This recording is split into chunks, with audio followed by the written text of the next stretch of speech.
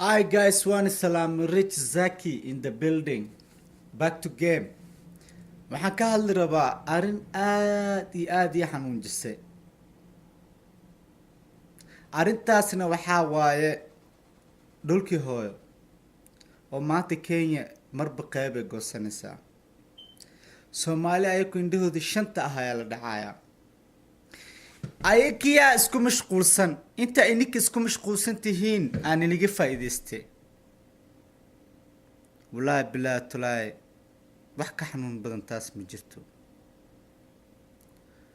ceel badanaa war Soomaaliyay maxaa diiday inaa israacdiin?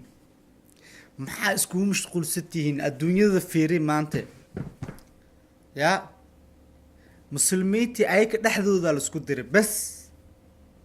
taas waxay macnaynaysaa gaalada inay naga aqal badan yihiin boqolkiiba boqol.